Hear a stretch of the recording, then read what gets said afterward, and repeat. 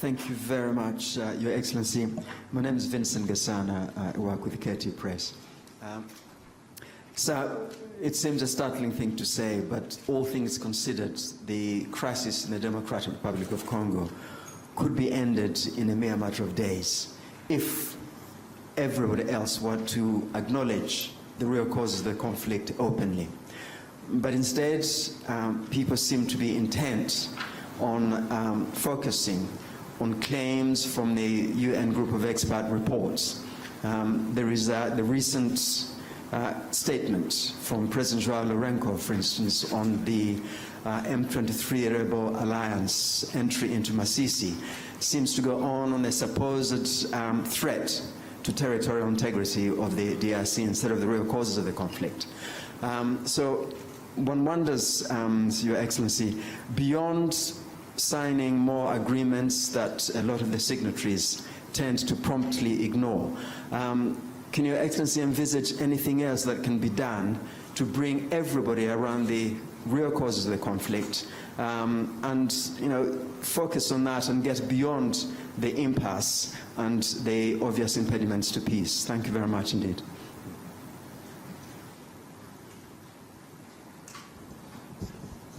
All right.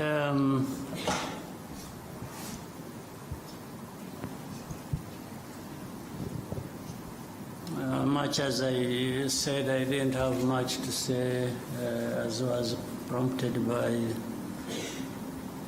the moderator. Let me first of all welcome you and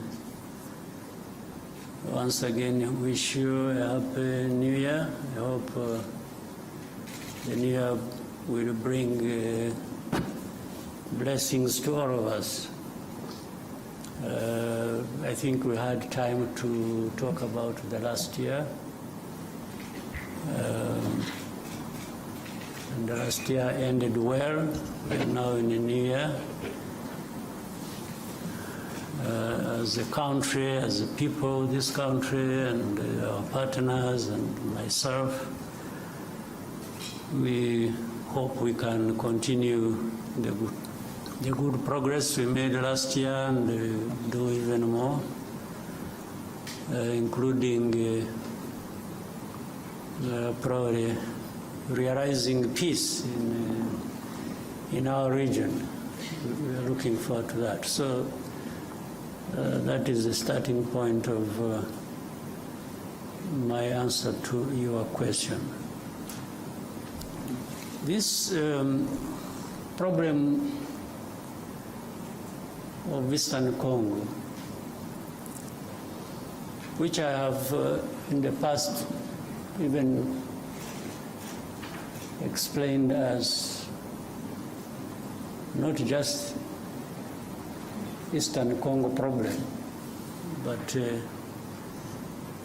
Congo's problem as a whole, and the problem for our region, the problem for our continent and the rest of the world.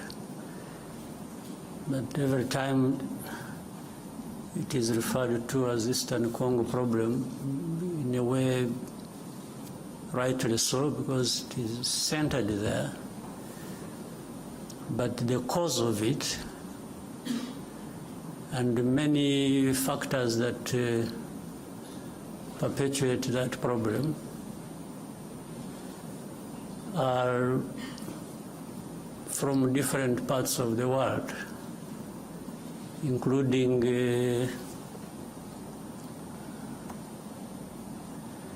from the big countries as we know them, the powerful countries as we know them. In fact, that problem has roots in the history of that country, the history of our region, and the history of our continent, relating to even the early days of colonial time. That's why many times I'm surprised. Let me go straight now to the issue raised, talking about, say, sovereignty, territorial integrity.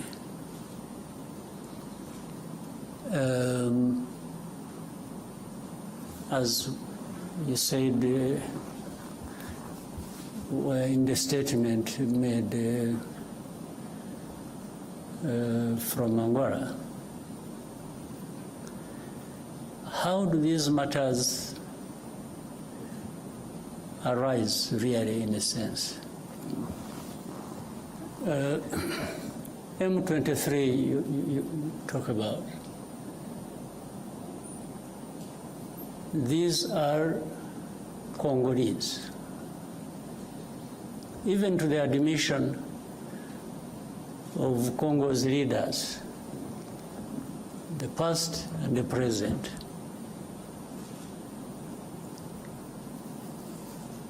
Now, why are they fighting? Why do we have over 100,000 refugees here in Rwanda, originating from that region? Why? Why do we have refugees here? Is it because Rwanda wants refugees and attracted them from Congo to come to Rwanda?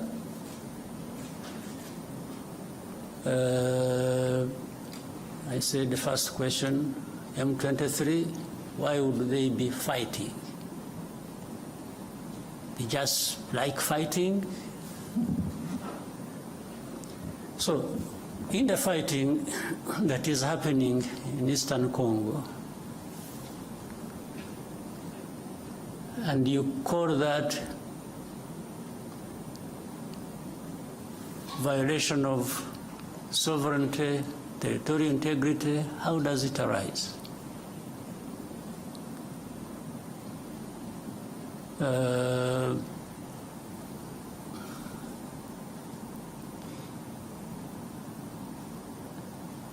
So, on one hand, these are Congolese. On the other hand, they are foreigners.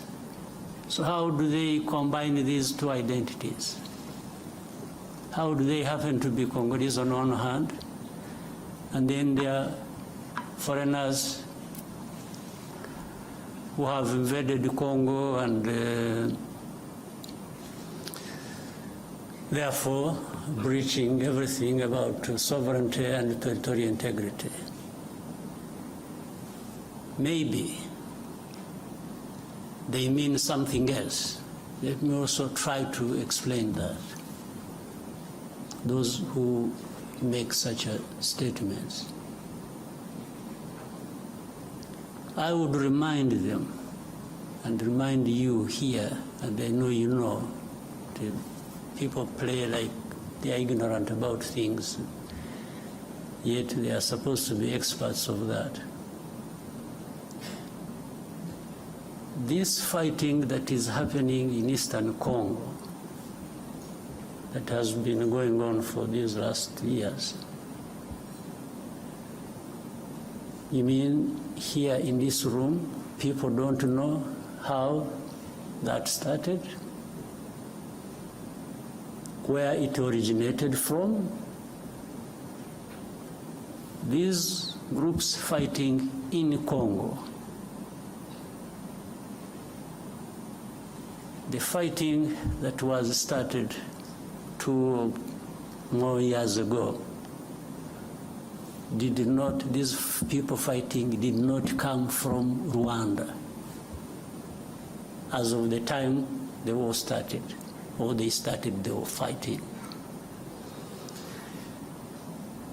Maybe I even don't know whether it qualifies as such. These people they are of Rwandese background. I don't know whether it would even be right to say they originated from Rwanda. Most of them, Congo found them where they are or where they were. It's not that there was a movement from Rwanda. Maybe some might have originated from Rwanda by this movement from Rwanda to that part, long ago. Even either before I was born or when I was a kid myself. But what I meant that Congo found these people there has to do with this history I'm talking about, of colonial times and the drawing of colonial borders. But that's why also the Congolese leaders at one point admit that these are Congolese, and then try to find another reason and say, oh, but the fighting is supported by Rwanda. But they can't tell anybody and convince anybody that the actual people who are fighting now, who started this fighting we're talking about, came from Rwanda. They did not come from Rwanda.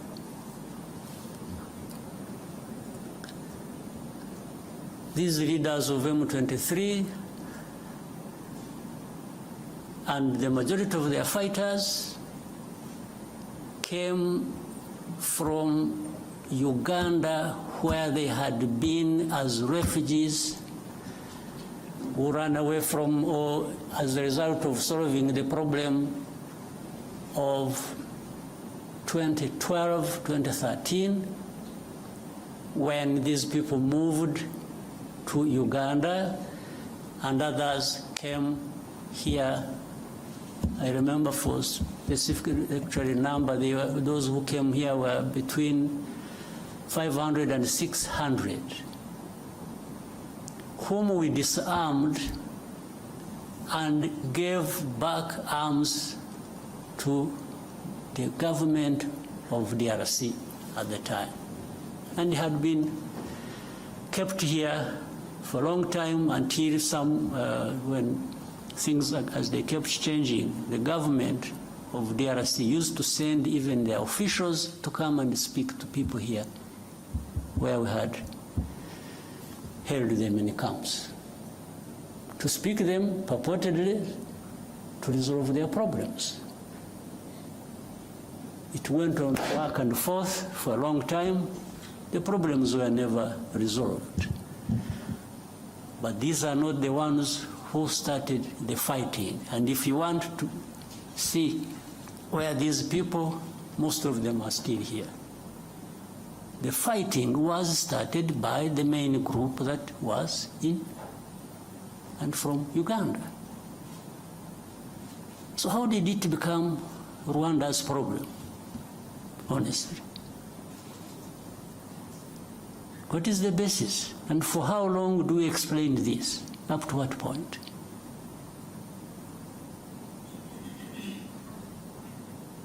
These people, the ones who lead this, and then the other hundreds of groups fighting in Eastern Congo, have nothing to do with Rwanda. The only reason Rwanda comes into question now for this is for a couple of reasons. One, these are Rwandophones, they speak in Rwanda. Well, but that is also what maybe became their main crime in Congo. So if they speak Kinyarwanda, that has turned into reasons for persecution. And that's why we have refugees here for over 2 decades.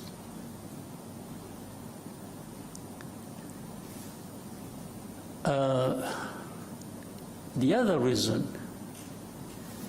is the FDLR that has been these genociders who have been in Congo for the last 30 years, whom the international community have really entertained. I think they have deliberately preserved them. I don't know for what. Whether it is a gift of thanks to them for having committed genocide here, or preserved them because they are anti-Rwanda and government, and therefore they would use them as and whenever that is possible against Rwanda, to control Rwanda, to manage it the way they want. Otherwise, tell me, part of the reason is MONUSCO, this UN force, is in Eastern Congo, in the DRC, was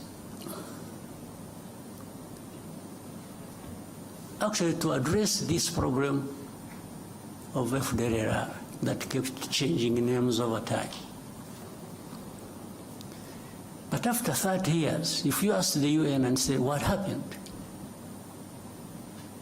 If you really ask them what they've been doing for the last 30 years they've been there, and with tens of billions of dollars they have spent on it, what is there to show for that effort that was made? Only to end up blaming Rwanda for everything that is happening in Eastern Congo,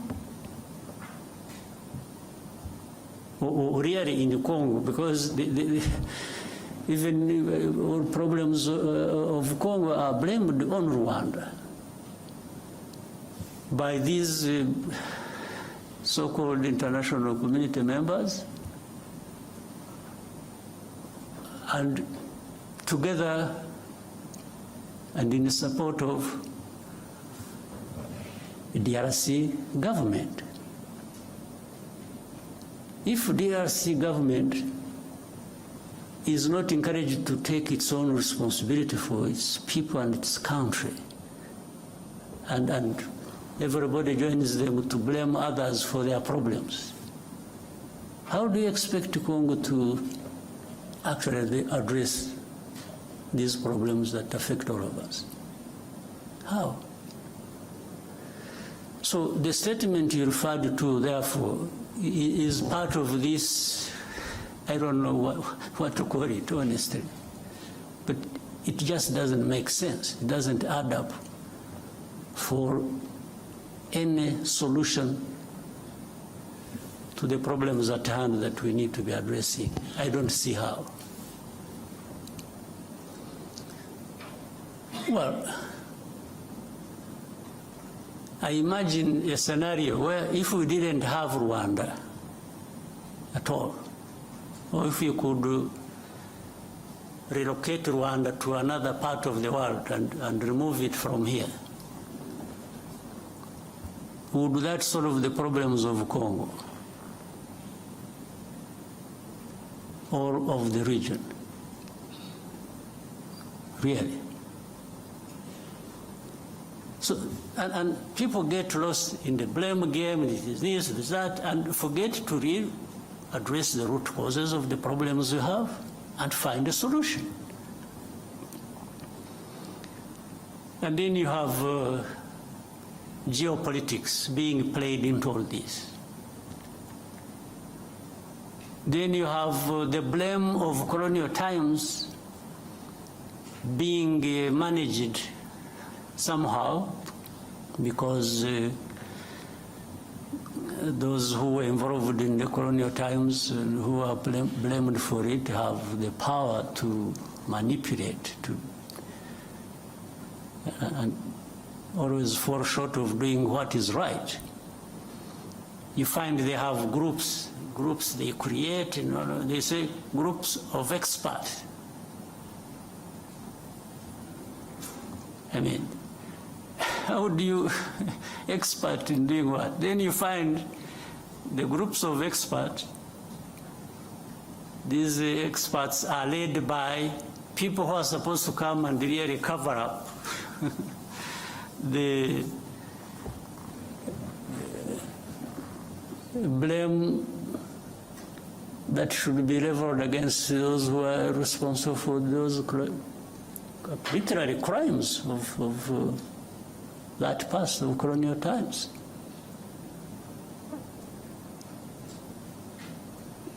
And they've been here in Eastern Congo or in Congo, groups of experts. What expertise? Expertise to come and tell lies? You know, these groups, the people making up these experts, you know, in broad daylight, killings, persecution,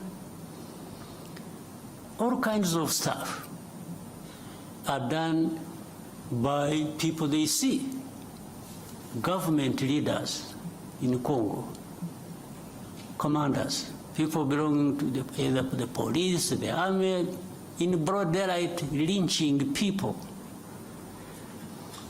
This one is kept quiet about, and then the next, these experts write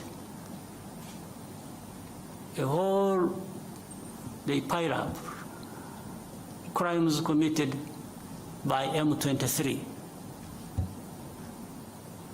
They talk about things somewhere in the background in the villages, and they don't talk about these things that were done in towns, in broad daylight, before their eyes. Then they talk about, you know, M23 violating, you know, human rights and so on and so forth. And then Rwanda behind supporting them, and Rwanda is supposed to be there stealing minerals of Congo. So the whole thing is shifted from what the problem really is to some other imaginary problem they have created. And they really make people believe that. But honestly, for the last 30 years, if anybody wanted to understand what the problems are and what the solutions should be, you don't even need to be an expert. You just need to be wanting to resolve these problems and allowing people to have peace. So when you ask me what next do I think, I mean, what I think should happen is what I have thought from the beginning and have spoken out very loudly to whoever needed to listen. This problem is not insurmountable. It can be addressed. It can end. It should have ended in actual fact long ago. But you can't end it by manipulation. You can't end it by playing games. So, one, does FDLR exist in that situation or not?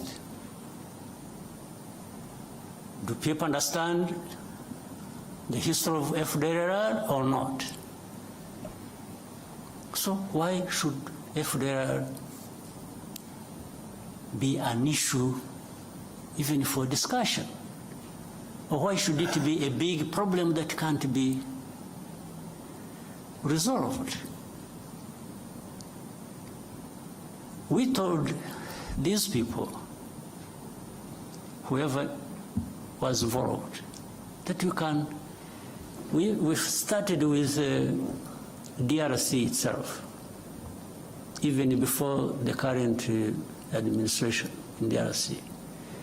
We used to approach these people. We even approached the current administration. We said, let's work together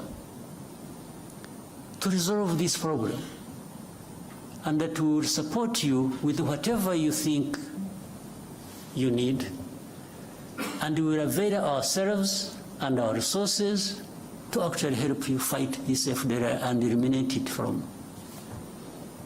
And they refused. I had even given them advice that, you see, Uganda has a problem of ADF and others based in Congo. We have a problem of FDLR based in Congo. Burundi also says they have a problem based in Congo. I said, why can't we, all of us, work together? Uganda works with the DRC, Rwanda works with the DRC, Burundi works with the DRC to eliminate the threat to security along our borders. I suggested to them, to the current administration, in 2019. Now, what they did, they allowed Uganda to go and to send in their troops to go and fight ADF. They allowed Burundi to quietly go into DRC to fight whichever their groups they are fighting are. When it came to Rwanda, they refused. Of course, that means something.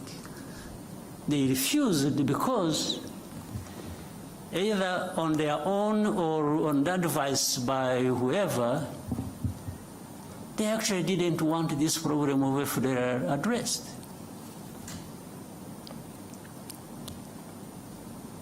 This was way before this M23 problem flared up. And as I mentioned to you, the main bulk, like the others, maybe they have been recruited from different places, but the main bulk of this group, including the leaders of M23, came from Uganda. They did not come from Rwanda. This is a basic fact you should all be knowing. Then ask yourselves, so how did it become Rwanda's problem? So why doesn't DRC address the problems of their own people? Why do they have to put the weight of that on our shoulders? Why don't they take away these 100,000 plus refugees here? Take them back home. Now, to show you the connection with these other countries, for all the time this problem has been there, some of these refugees, these countries, United States, Canada, Scandinavian countries, other countries, they've been coming here and selecting people from these camps that they would go and relocate in their countries. They've been doing it over a long time, but they have not taken many people. Out of 130,000 we have here, they have maybe among these countries, they have maybe relocated for settlement in their areas about, can't be more than 11,000 over 20 years. So do these people come and take these refugees, or these people, knowing that they are taking Rwandese or they are taking Congolese? They definitely know they are taking Congolese. So how about those who are staying here and have not found a home anywhere in these areas? What happens to them? And they are coming every day, every time, with this fighting going on. So then they quickly find a solution in saying, let's blame Rwanda for everything. Then they make statements. Rwanda backed M23. is doing this, is doing Rwanda, Rwanda, Rwanda, Rwanda every day. Rwanda must remove their forces. So I asked another time when we were having a conference like this, if anybody thinks Rwanda is in DRC, why should Rwanda be in DRC? They should ask themselves that question. If you want to blame Rwanda for being in DRC, can you also make an effort and try to reason and say, okay, but yeah, it's true, Rwanda is in DRC. Rwandan forces are in DRC. But why? Why should they be in DRC? So that's why they quickly find an answer and say, they are there to steal minerals. Okay, suppose that is also true, if you think that is true. What happened to FDLR? Or what happened to what produced refugees to be here in their hundreds of thousands? What happened? Why? Was it because RDF was stealing minerals in Congo? That's why these refugees came here?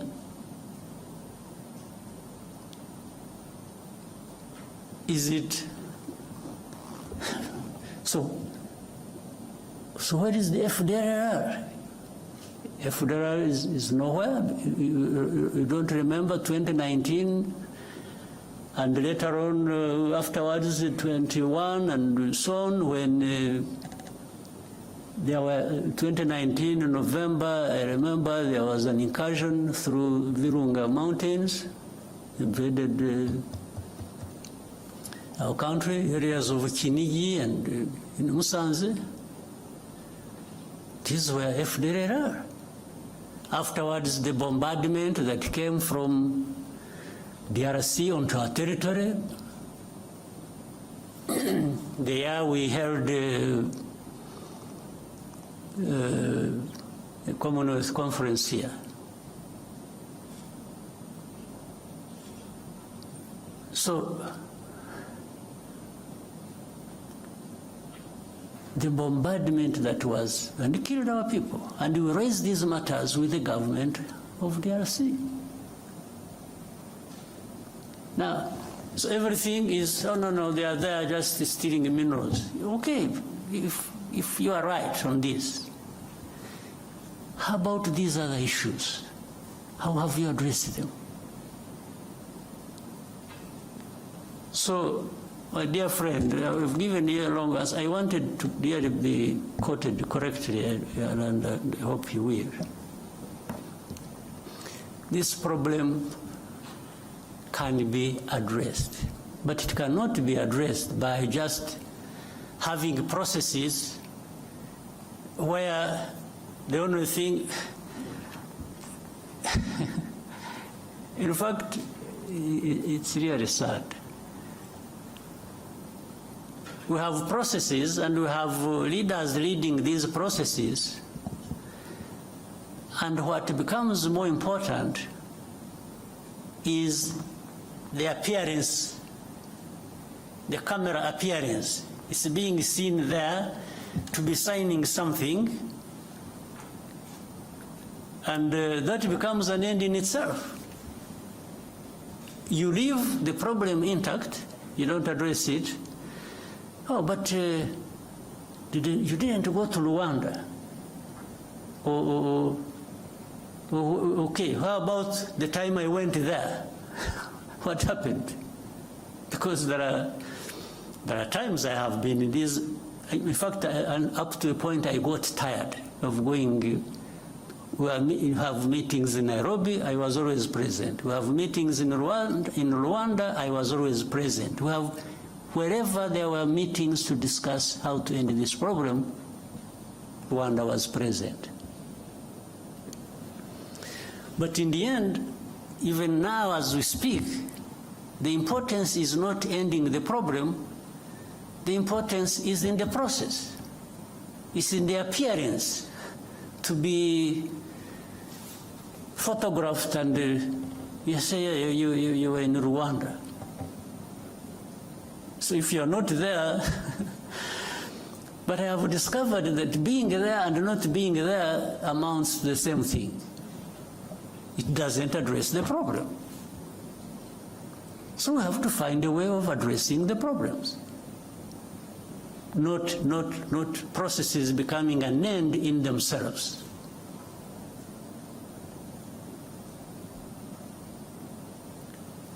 Not the leaders of those processes holding people's hands and doing this being an end in itself. We have to have results built on addressing the root causes. And then another time they say, oh, Rwanda, you see, you have influence on M23. By the way, influence just because some of those guys will speak the same language, so that becomes an influence. Okay, but let's assume we have the influence. And I have been asking these people, so, okay, what do you want me to tell these people? Do you really want me? What do you want me? Give me a message to take to these people over whom I have influence. And as I see, you know, they stop fighting. Okay, that one I can do. But what follows that next? Because if I tell them to stop fighting,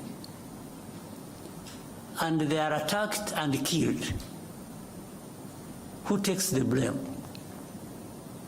It's not you who sent me to tell them, it's actually me.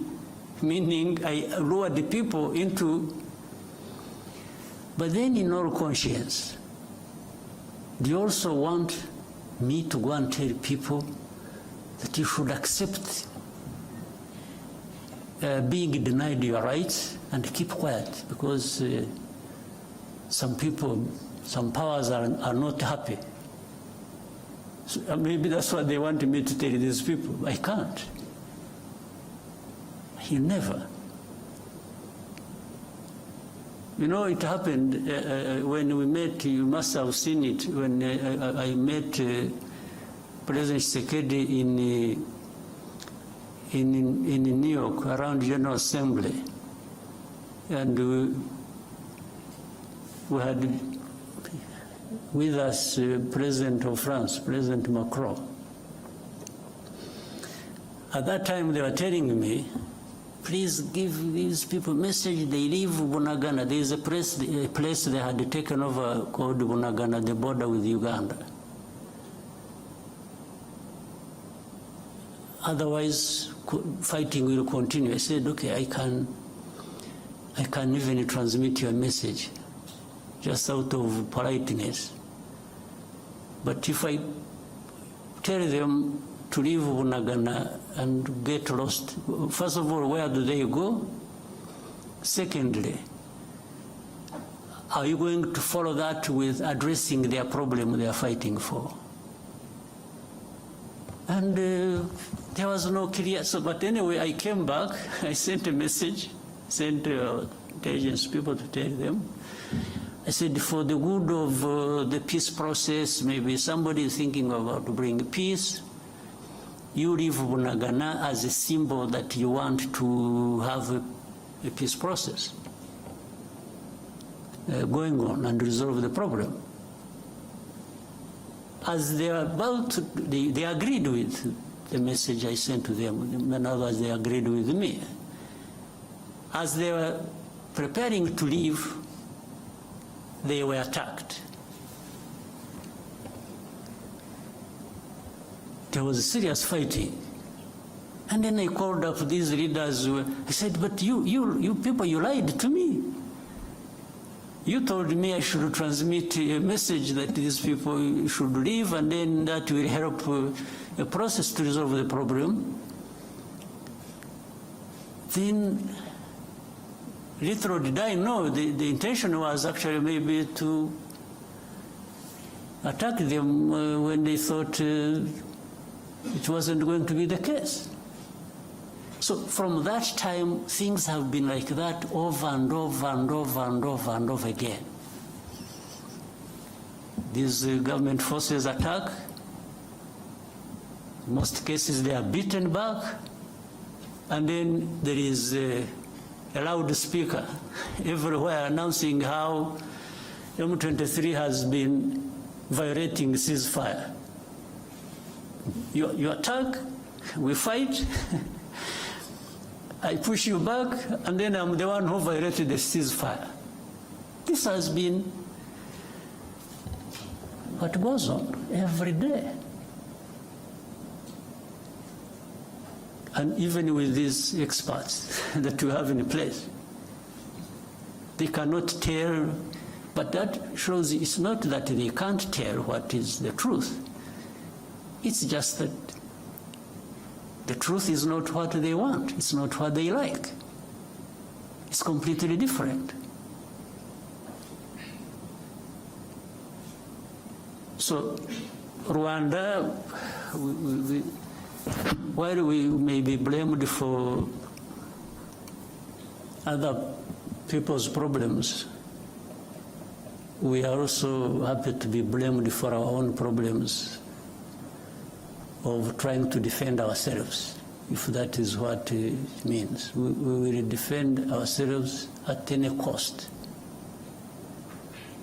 There's no question about it. I have told those who are behind all this in a very clear language. They keep asking me the same questions. I keep giving them the same answers. If there is anything that I can compromise on, it has nothing to do with ceding even a millimeter in terms of preserving the security of our country. Absolutely not.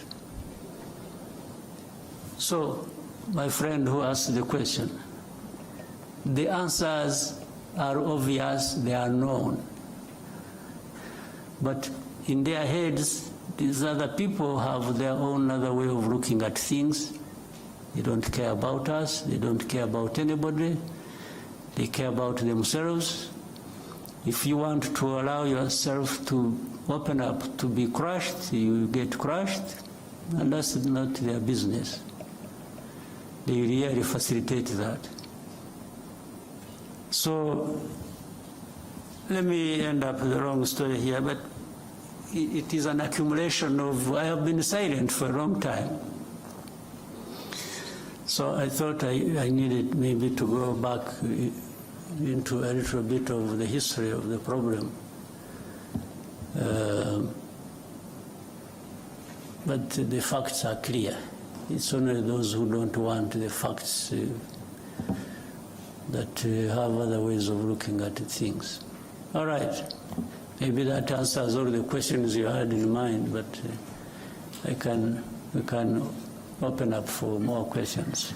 Your Excellency, before we take more questions from the room, we received a question from a journalist called Charles Onyango Obo. He and 10,000 more are watching live right now online. And he says, you led the African Union reform process and most of its financing mechanisms.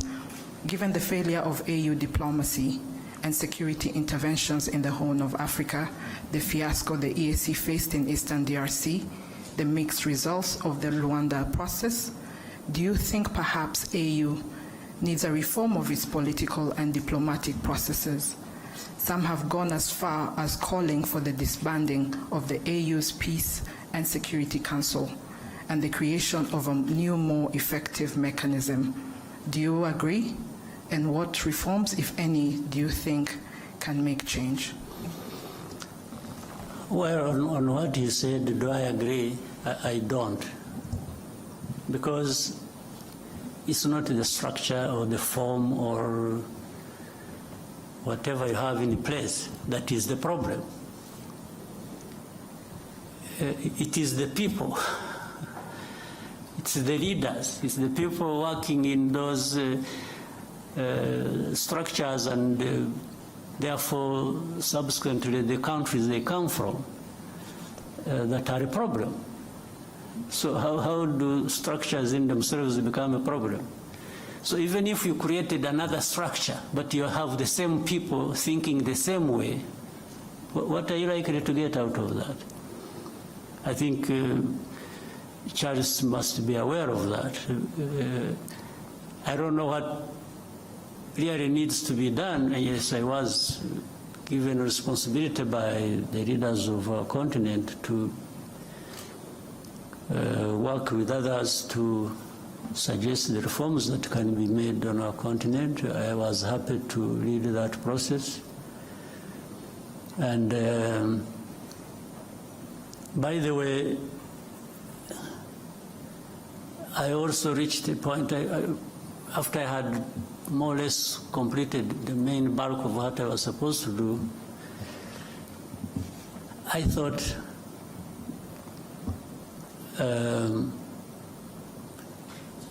we needed maybe to find another person. Because when I was seeing some, I mean, you can hear this.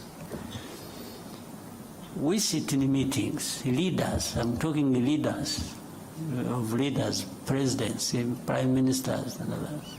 We agree something in a room like this. Suggestions that have come from us. We agree. We put something in place. And then, in the end, nothing works. Do you think it's a problem of the process? It's a problem of the structure? What is the problem? I think the answer is obvious. The problem is us. So in fact, when I even wanted to test that, because when it was just going back and forth like this and that, and we agree something, we don't do it, or we do it halfway, and so that is how I decided. And I told the leaders in the room that, you know what, I've been very happy to serve you, but I think it has come to the time we try somebody else. Maybe before you get tired of me, or before I get too frustrated myself, but to serve the cause of reform, I think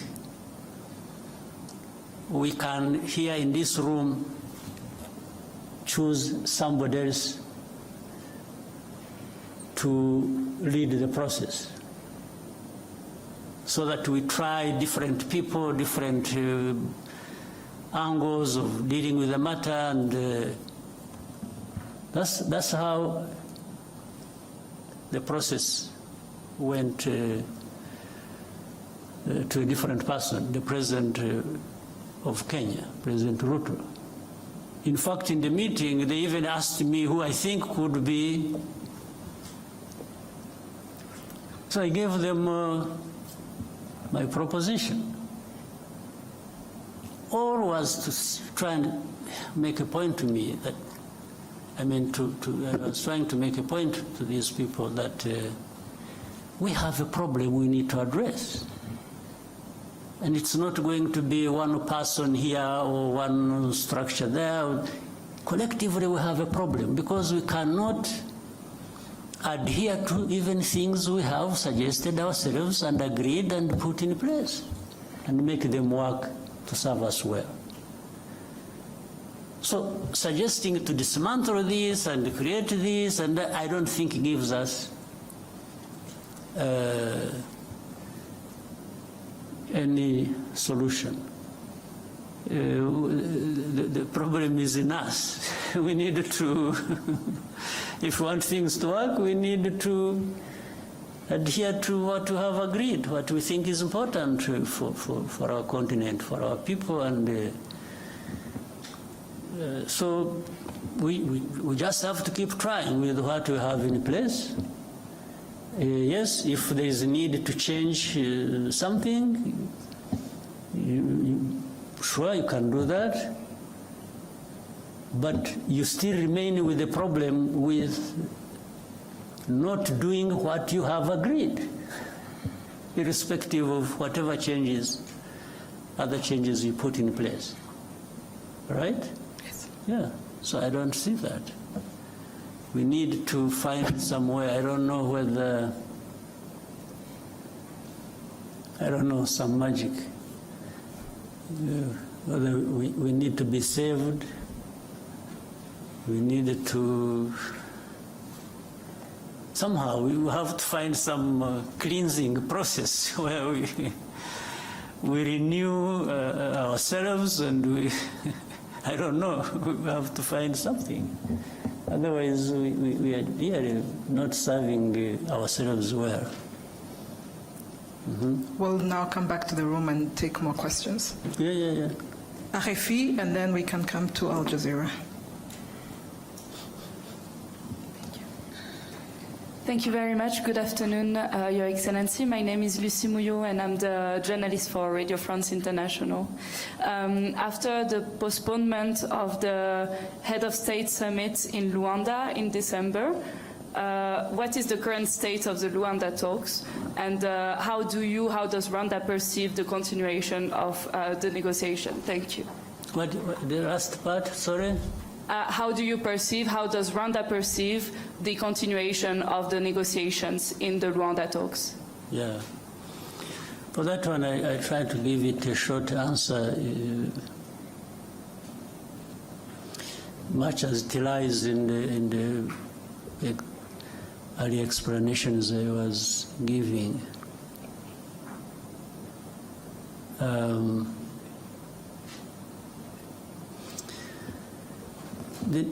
There has to continue an effort to find a solution. If I start backwards, there has to be an effort to continue finding a solution to this problem. But it can't be business as usual. We can't continue the way we have been doing it, putting the importance of the process above the results. I think what we are looking for are the results, not the process. But we need the process to get there. And in the process, therefore, you need to do what is right.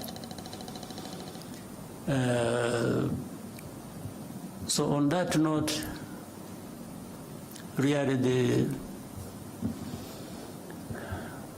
effort has to keep in place, and we have to keep asking ourselves the right questions and finding the right answers. The FDLR question has to be answered. There is no dodging, being dodged about that and circling around the problem endlessly. We have to find a solution.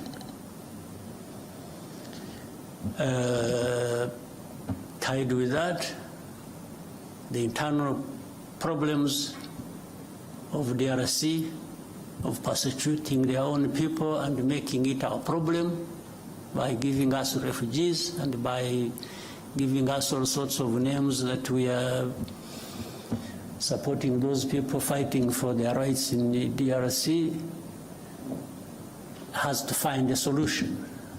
And the solution lies in internal political process or dialogue that the government can, on one hand they say they want to talk to this, and then they say, no, we'll never talk to them, they are terrorists, and then, so you even don't get to understand what is really is it that you are dealing with. They say, no, we won't talk to them, but we shall mandate somebody else to talk to them for us. I don't know what that leads to. I can't be blamed for it, really. Do you want a solution or you don't want a solution? That's it. And if you want a solution, then the character of the process And the quality of it explains it. People can see what you are doing and you understand that you actually want a solution. So the meeting did not happen because, again, it wasn't the appearance there that was the most important thing. It was what was taking us there and how it is being addressed that was more important. And before the summit was to take place, there had been technical people meeting, discussing, and ministers meeting, DRC, Rwanda, and Angola. The technical people would agree things, and then it comes to ministers, what the technical people agreed, half of it is rejected. And when I'm saying this, mark you and check. It should really be rejected by DRC, not Rwanda. Even if earlier it was endorsed by technical people from DRC and agreed with our people and the Angolans, it comes to a meeting of ministers, the minister says, no, this one can't happen. So they go on for a long time. Ministers' meeting comes and they meet, they discuss, and when they are getting close to something, the minister of DRC steps out, picks a phone call, makes a call, and comes back saying, no, I don't want this. Said, but this thing you don't want is what leads us to finding a solution. And he says, no way, I don't want. So that's, in the end, they disagreed until like maybe 3 o'clock in the morning or something. And, but still then there was insistence, no, we must go there and sign, and sign something. Not even to have another discussion, because I don't think there was even need for that to happen. So that's what killed the summit.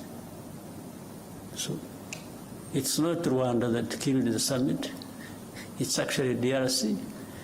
And they were saying it, by the way, for those who want to hear. If you don't want to hear, that's another matter. But when statements are coming from heads of state and foreign and ministers, and they are saying, no, they will never do this, and yet that is what is being asked to be done, even logically, and sometimes in agreement with the mediator, and he says, no way. First of all, these are terrorists, I will never speak to them, meaning he's not prepared to find a political solution to the internal problems, but is willing to continue blaming them on Rwanda. And then he's dodgy about FDLR. One time he says they don't exist, that they are not there. Another time they say, yeah, but they are there, but they are few. Then another time he says, no, but this is just an excuse. They are there, but it is an excuse. They want to steal our minerals. I mean, it becomes childish stuff. You can't even know what you are dealing with. So I had agreed to go all the way until last minute, and they said, because I didn't see what was taking me there, honestly. So, but the other question I started with, or you asked, and I started answering, was there has to be a way of finding a solution. We can't just live with it and give up, but there are going to be these ups and downs in finding the solution. Thank you, sir. We will now go to Al Jazeera. Thank you, Mr. President. Laif Mushtaq from Al Jazeera Digital. Mr. President, in a few days there is a new administration will take office in United States. do you expect a change in how Washington deals with the situation in Eastern Congo? Thank you. Well, first of all, I respect the change that has taken place in the United States, because for it to happen, it must have been for very good reasons that the Americans endorsed in their vote. So I'm happy with what there is, and I've got to deal with it the way it is. And building on that, I think so many things have changed and will change. First of all, the administration changed through a democratic process. There are many things, even geopolitically, at least to the approach, that are going to change, for sure. And I guess, and I think so, that it will be the same to the approach of how African matters may be dealt with, generally, and also specifically with Eastern Congo, the same might see change happen. That's what I think from a distance and just waiting for what will follow. But I think there is bound to be change, not just one in one place, but many changes in many places at the same time. Because it's not only that things have changed in the United States. I can still see many things changing across the world. In fact, at a terrific speed, that we have to work hard to take care of ourselves, given the whirlwind of change sweeping across the world.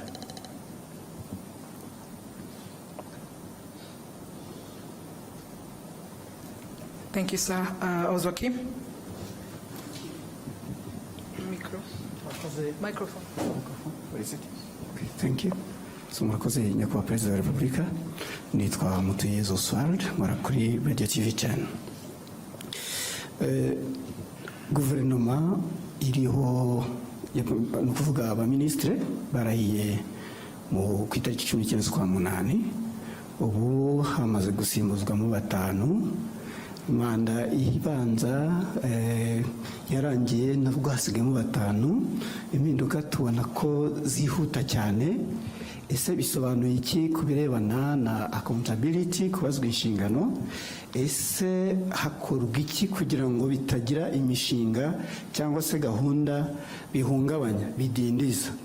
Mubonye n'umwanya mwavuga ku kirebana na bino bigo bitsura ubuziranenge bitatu byajyaga bimera nka babahigi benshi bayobya ryatungo uburari, ariko ubu byorohejwe. Bavuze yuko icyangombwa kimwe cy'ubuziranenge ikigo kibonye kiba gihagije. Byorohejwe gutumiza ibintu mu mahanga cyangwa kubyohereza, nta kubasaba byinshi kereka ibirebana n'imiti. Tukibaza tuti nta kintu mubona gikwiye gukorwa no mu bikorera bananiza abakiriya babo, cyane cyane za bank usanga zituma umukiriya agenduza n'ibigaruka n'ibyo bamaranye igihe ugasanga barongeye barabigutumye. Urwo rwari urugero. Murakoze.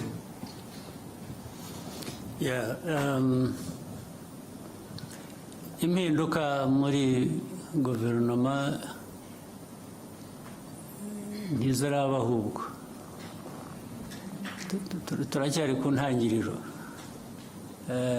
Ndabivuga mpereye ko bihera ku bintu byinshi, kandi n'imiterere y'igihe, imiterere y'igihugu, imiterere y'abantu, deni n'icyifuzo cy'ubuyobozi bw'igihugu buba bwifuza ko twakora ibintu neza nta guta igihe bishoboye no kugabanya icyo bidutwara icyo bidusaba nabyo byose bikakubira hamwe. Baravuga rero impinduka zibaye muri iki gihe gishize, tuvuge mu mwaka ushize n'intangiriro uyu byari bitaraba ku mpera y'umwaka ushize, ariko ari mbere gato y'amatora twagiyemo na nyuma yaho kurangiza uyu mwaka. Ariko ibyo byabaye hashize igihe impinduka isa n'iyatujeho gato. Ibyo rero bituruka mu kureba ikiba gikenewe muri icyo gihe.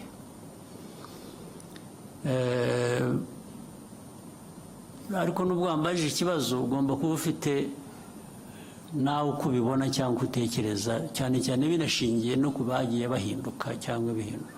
Ugomba kuba uvuga uti ariko aha koko hari hakenewe. Ntabwo ngusabye ngo bimbwire ubigumane mu mutima wawe, ariko nzi ko ugomba kuba ureba aha ukavuga uti ariko hariya ahubwo baradutindiye cyangwa ahandi uti.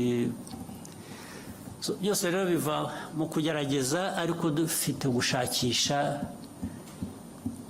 gukora byinshi bishoboka, gukora ku muvuduko ushoboka kugira ngo bigabanye uburemere bw'ibibazo abantu bahura nabyo, byaba mu buhinzi n'ubworozi, byaba mu buzima, byaba mu burezi, byaba mu bikorwa remezo, byaba mu bikorera nyine nk'ibyo wari unavuze warangirijeho nabyo ndaza kubisubiramo. Umuntu ahora nko kuba rwose ufite igishushanyo imbere yawe cy'ibintu byose uko biriho, uko bikorwa, babikora, hanyuma bikakwereka ikivuyemo, noneho bigashaka ngo uko wabirebaga uko ibintu bigenda ugira ibyo uhindura. Kuri jye sinzi, wenda ku bandi wenda hari ukundi babibona.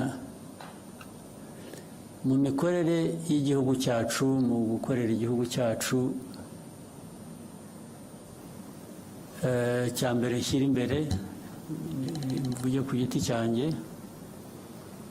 ni abaturage b'u Rwanda. Barabona ibishoboka byose bikwiye uko dushoboye. Hari ibyo tutageraho, hari ibyo tutabona kubera ko tutanabishoboye, tugategereza igihe amikoro azabonekera wenda tukabikora. Ariko kubihari, kubishoboka, barabona ibyiza bikwiye uko bishoboka or not. Icyo ni kimwe. Ababikora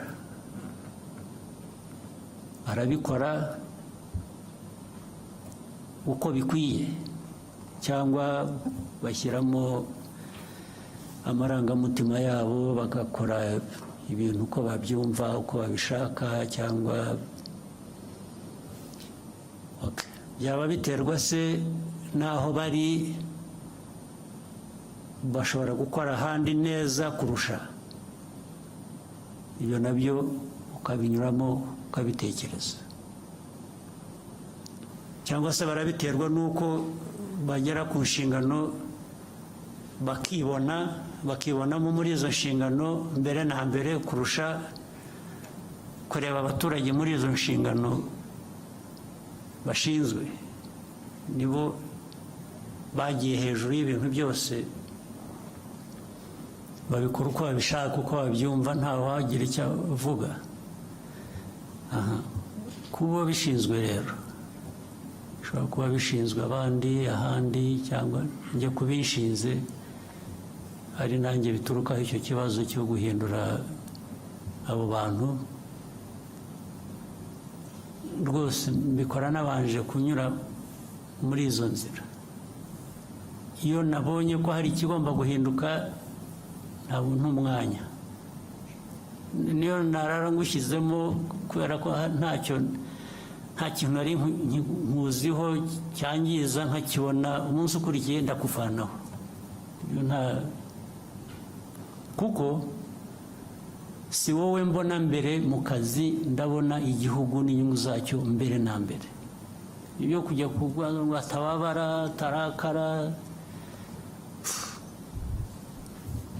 iyo wagenda ukishwa n'agahinda njye ntacyo bimbwiye niba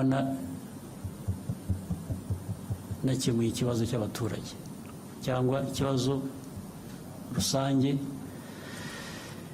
ubundi twese duhuriraho kugira ngo ibintu bikorwe neza. Kuri ibyo rero nuko bimeze.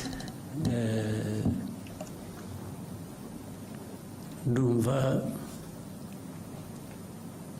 muri ibyo ngibyo nta kindi kidashoboka. No ku cya kabiri harya wavuze ngo ni iki wakise iki? Murakoze nyakubahwa perezida wa repubulika. No kuri icyo cya mbere hari abavuga bati muba mwarambagije nabi, niyo mpamvu mushyizeho gucyavaho. Birashoboka rwose kurambagiza nabi, birashoboka kubera ko abantu urabazi, hari ukwihisha ntumumenye, ukazamumenya yabaye tested ku kazi. Kuko kandi ntugire ngo ni nanjye ubikora, binyura mu zindi nzego. Hari ubwo izi nzego zibicika nazo, erega nazo zirimo abandi bameze nk'abo barangaye bageze bate, bikaza byihuta bakambwira bati kanaka, bati ni igitangaza, nimumuzanire. Yahagera akanga ariko siko mwambeshye kundeba hari ikibazo, ariko birebera ku bikorwa, ntabwo ari amarangamutima, ntabwo nabwo umuntu mwambwiye umeze atya ko yaje agakora ibi akagira atya. Mbere na mbere batubaze turebe ko ibi ngibi byamubonetseho ari ukuri, kugira ngo atabeshyerwa cyangwa ataza kuhotazwa n'ikitari cyo. Ubwabo abandi bamuzanye akaba aribo bavuga bati nibyo bya bindi twasanze ari byo. Ubwo se najya guhera mu kintu cyo kuvuga ngo baribeshye, reka mbyihanganire. Cyabonetse kigomba kugenda gityo. Hanyuma cya kindi rero nikivuga na bino bigo bitsa ubuziranenge, ibya private sector, iby'abikorera. Iby'abikorera rwose ndemeranya nawe, tugomba gushakisha uburyo n'abikorera. Erega n'abikorera ntabwo abikorera ari ba nyamwigendaho. Abikorera bikorera mu gihugu. Niyo wikorera, iyo ukoze nabi bifite undi byangiriza. Rero hari inzego za leta, hari iz'abikorera, tugomba gushaka uko bihuzwa kugira ngo byombi bikore neza, byuzuzanye. Kuko ni igihugu tureba, igihugu kirimo abo bikorera, kirimo inzego za leta, kirimo ibintu byose. Kuri ibyo nabyo uvuga nibyo, nabyo bizagerwaho. Biba byashobokaga ngo bibe aka kanya tubivuze yaba, ariko ntabwo ko ibintu bigenda turakuzi, ntabwo ibintu biba nk'uko ubyifuza muri ako kanya.